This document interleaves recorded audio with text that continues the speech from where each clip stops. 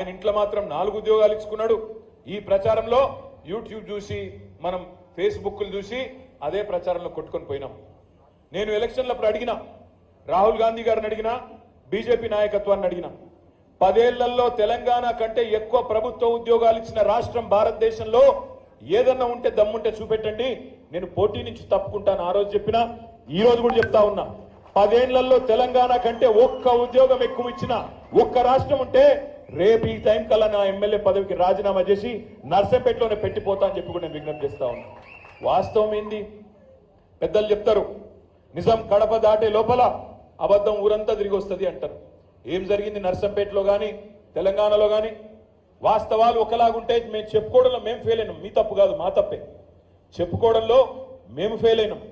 మొత్తం తెలంగాణలోనే అత్యద్భుతమైన సూపర్ స్పెషాలిటీ హాస్పిటల్ 24 అంతస్తుల్లో ఎంజీఎం హాస్పిటల్ కొత్తగా వరంగల్లో కట్టి కూడా దాని గురించి చెప్పుకోలేకపోయినాం. మీ పెద్ది సుదర్శన్ రెడ్డి గారు ఆయన చొరవతో వరంగల్ జిల్లాకు వచ్చిన మెడికల్ కాలేజీలు నర్సంపేటలో పెట్టి ఇక్కడ మెడికల్ కాలేజ్ తెచ్చి కూడా చెప్పుకోవడంలో ఫెయిల్ అయినాం. నర్సింగ్ కాలేజ్ తెచ్చి చెప్పుకోలేకపోయినాం, మెడికల్ కాలేజీ తెచ్చి చెప్పుకోలేక ఫెయిల్ అయినాం. కనీసం డిగ్రీ కాలేజ్ కోసం కొట్లాడే నర్సంపేటలో మెడికల్ కాలేజ్ వస్తుందని కలలోనైనా ఎవరన్నా అనుకున్నారా?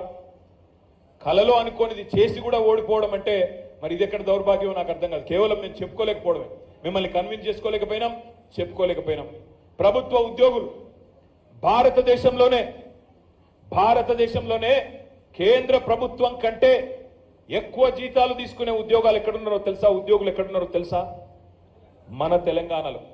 కేసీఆర్ వచ్చిన తర్వాత 73% జీతాలు పెంచిండు ప్రభుత్వ ఉద్యోగులు. కానీ కేంద్ర ప్రభుత్వ ఉద్యోగుల కంటే ఎక్కువ జీతాలు పొందుతున్న రాష్ట్ర ప్రభుత్వ ఉద్యోగులు కూడా మాకు దూరమైనారు. ఎందుకో తెలుసా? 73% ఎక్కడో పోయింది, కానీ మొదటి తారీఖు రోజు జీతాలు పడలేదన్నదే మెయిన్ వార్త అయింది. కరోనా తర్వాత రైతు బంధు ఆగొద్దు, ఆసరా పెన్షన్లు ఆగొద్దు, కళ్యాణ లక్ష్మి ఆగొద్దు, పేదవాళ్ల కార్యక్రమాలు ఆగొద్దు అని చెప్పి కేసీఆర్ గారు అవసరమైతే ఎమ్మెల్యేలు, మంత్రులు, ఎంపీలు, ప్రభుత్వ ఉద్యోగులు ఓ 4 రోజులు ఆలస్యంగా ఇస్తే ఏమవుతుందా అని కొన్ని రోజులు కరోనా తర్వాత ఆపితే దాన్ని పట్టుకొని యూట్యూబ్లో గోరంతలు కొండంతలు చేసి, చిలువలు పలువలు చేసి, అసలు ప్రభుత్వ ఉద్యోగులకు జీతాలే ఇస్తలేరు వీళ్ళు అని చెప్పి బదనాం చేసి వాళ్ళు మాకు దూరమైన. ఒకవైపు ఉద్యోగాలు ఇచ్చి మీకు అది చెప్పుకోలేక మీకు దూరమైన చిన్న చిన్న విషయాల్లోనే గ్యాప్ వచ్చింది. ఆ గ్యాప్ వల్లనే 1.8% తేడాతో మొన్న ఓటమి పాలైనాం. మరి ఈరోజు అందుకే ప్రతిపక్షంలో ఉన్నాం. నేను మిమ్మల్ని అడిగేది ఒకటే, ఆలోచించమని కోరేది ఒకటే. ఈ ప్రభుత్వం అలవిగాని హామీలు 1, 2 కాదు, 6 గ్యారంటీలు అన్నారు. 13 హామీలు 6 గ్యారంటీల్లో, అవన్నీ 100 రోజుల్లో అమలు చేస్తా అన్నారు. ఎన్నెన్నో మాటలు చెప్పినారు. ఒక్కసారి గుర్తు తెచ్చుకోండి. నాకు నిజంగా ఆశ్చర్యం అనిపిస్తుంది అప్పుడప్పుడు ఈ ముఖ్యమంత్రి గారి మాటలు వింటుంటే, ఈ ప్రభుత్వంలో ఉండే పెద్దల మాటలు వింటే నిజంగా ఆశ్చర్యం అనిపిస్తున్నది. ముఖ్యమంత్రి గారు మొన్న పార్లమెంట్ ఎన్నికల ప్రచారంలో చెప్తున్నాడు, 6 గ్యారంటీలకు గాను 5 గ్యారంటీలు అమలు చేసేసినా అయిపోయింది అంటున్నాడు. ఒక్కసారి మీరు చెప్పాల నాకు, ఒక్క గ్యారంటీ అని అమలైందా పూర్తిగా? ఒకటే అమలైంది. ఏదది? Free bus. ఇక ఆ ఫ్రీ బస్సు అందం చెప్పగాదు. అలా ఆడవాళ్ళేమో తన్నుకుంటారు, మగవాళ్ళేమో తిట్టుకుంటారు. సీట్ల కోసం మీరేమో తన్నుకున్నాడు గుద్దుకున్నాడు అవుతున్నది, మగవాళ్ళేమో టికెట్లు కొని మాకు సీటు దొరకపోయని వాళ్ళు తిట్టుకుంటాను. వాస్తవమా కాదా మీరే చెప్పాలి. అది తప్ప ఇంకొక్కటన్నా అమలైందా? నెలకు 2500 వస్తాయన్నారు. వస్తున్నాయా? నిజంగా మీరు అబద్ధం చెప్తున్నారు. నాకు వస్తున్నాయి, పక్కా వస్తున్నాయి. రాహుల్ గాంధీ చెప్తున్నాడు, మన నిర్మల్కి వచ్చిండు, 2500 చాలా అయినాయి, పడుతూనే ఉన్నాయి అంటుండ్రు. మరి నర్సంపేటలో పెద్ద సుదర్శన్ ఆపుతుండేమో నాకు తెలియదు, కానీ పడుతున్నాయట. ప్రియాంక గాంధీ చెప్తున్నది, ఉత్తరప్రదేశ్లో పడుతూనే ఉన్నాయి, తెలంగాణలో చాలా అయిపోయింది. మహాలక్ష్మి 2500 మా ఆడపిల్లల ఖాతాల్లో వేస్తూనే ఉన్నాం, రేపు దేశమంతా వేస్తామని చెప్పి అక్కడ పచ్చి అబద్ధాలు. 6 గ్యారంటీల్లో 5 అమలైపోయినాయని ముఖ్యమంత్రి గారి బొంకుడు. ఇవన్నీ కనబడతలేవా మనకు? మరి ఈ పరిస్థితుల్లో నేను మిమ్మల్ని అడుగుతా ఉన్నా, ఇక్కడ మీరందరూ కూడా దాదాపుగా ఏదో ఒక ప్రభుత్వ ఉద్యోగం నాకు రావాలి, ప్రవేశ పరీక్షలు రాయాలి, జాబ్ క్యాలెండర్ రావాలి, రిక్రూట్మెంట్ జరగాలని కోరుకునేటోళ్ళే 95-96% మీరు ఇక్కడ ఉన్నారు.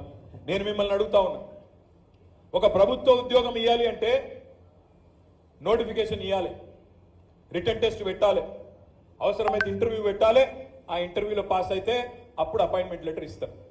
మరి రేవంత్ రెడ్డి గారి ప్రభుత్వం వచ్చినాక ఎన్ని నోటిఫికేషన్లు ఇచ్చిండు? గాడిద గుడ్డిచ్చిండు, ఏమి ఇయ్యలేదు ఇంతవరకు.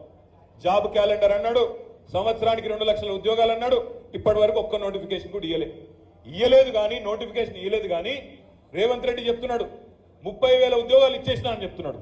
ఇది ఎట్లా సాధ్యమవుతుంది? పెళ్లి చేసుకోలేదు, సంసారం చేయలేదు, కానీ పిల్లలు మాత్రం పుట్టినరట. నోటిఫికేషన్ ఇయ్యలేదు, రాత పరీక్ష పెట్టలేదు, కానీ 30,000 ఉద్యోగాలు ఇచ్చినా రేవంత్ రెడ్డి చెప్తున్నాడు. మరి గ్రాడ్యుయేట్ ఓటర్లుగా మనం నమ్ముదామా? నమ్మి మళ్ళీ తిరిగి మోసపోయి వాళ్ళకే ఓటేద్దామా? ఆలోచించండి. సంవత్సరంలో 2 లక్షల ఉద్యోగాలు అన్నాడు. మొదటి సంవత్సరంలో 2 లక్షల ఉద్యోగాలు అన్నాడు.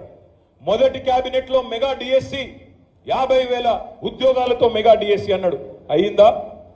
మెగా డిఎస్సి పడ్డదా? 2 లక్షల ఉద్యోగాలకు నోటిఫికేషన్ వచ్చిందా? కానీ 30,000 ఉద్యోగాలు ఇచ్చేసిన అంటుండు. మరి ఇక్కడి నుంచి ఎట్లా జరిగింది చమత్కారం? ఎట్లా జరిగింది అంటే